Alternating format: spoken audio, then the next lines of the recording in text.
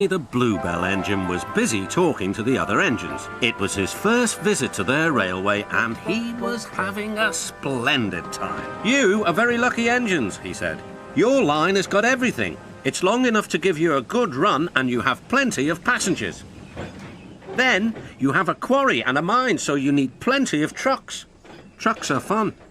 I miss them on our line." Percy was surprised. All the engines thought trucks were trouble. "You're welcome to take some of mine," he said, "but you'd better ask driver first." The drivers agreed and the two engines set off.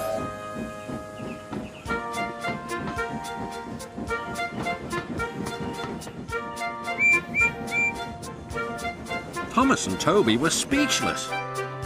Stepney took the trucks to the harbour.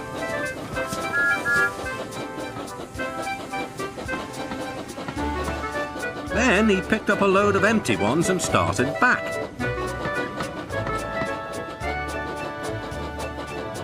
Ahead was a cricket field. The game had just begun. Stepney and his driver had to wait at a signal. "Good," said his driver. "We can watch the game." Then there was trouble. The batsman hit the ball. It flew high into the sky towards Stepney's train. Clunk went the signal. Thump went the ball into a truck, but neither driver nor fireman heard it.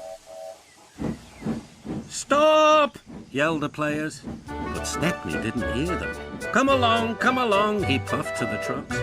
"Our one and only ball!" cried the players. "Wake up, Caroline," they said to their old car. "The chase is on."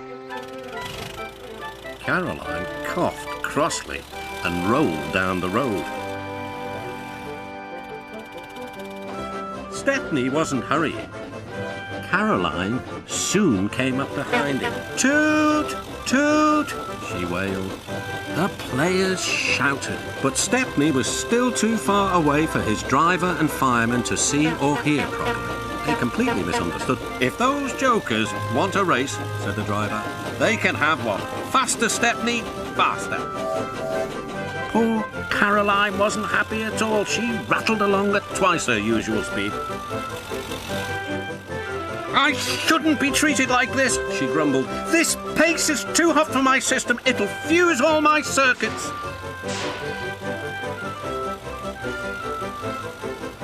Suddenly, Stepney was nowhere to be seen. "Hurrah!" cried Caroline. "That silly train has run into a hole so we can't catch it. I can go home now." But she couldn't. The driver pounded Caroline on up the steep hill and then down the other side towards the station. Stepney was already there when Caroline clottered in. "We need our ball back," cried the players and explained everything.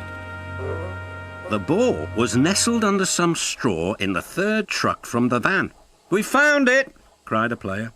"We're sorry," sighed the driver. "Oh, you couldn't help it," replied the player. "Now we must get back quickly." "You'll be lucky," said the driver. "Caroline looks worn out." And she was. The driver spoke to the station master and the signalman, and they all agreed a plan. Soon they had rolled Caroline onto a flat truck with a brake van coupled behind. The players crowded inside and Stepney pulled the train back to the playing field.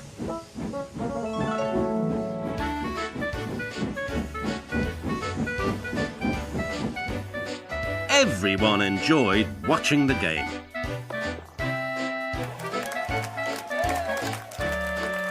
Even Caroline was pleased. She doesn't think trains silly now.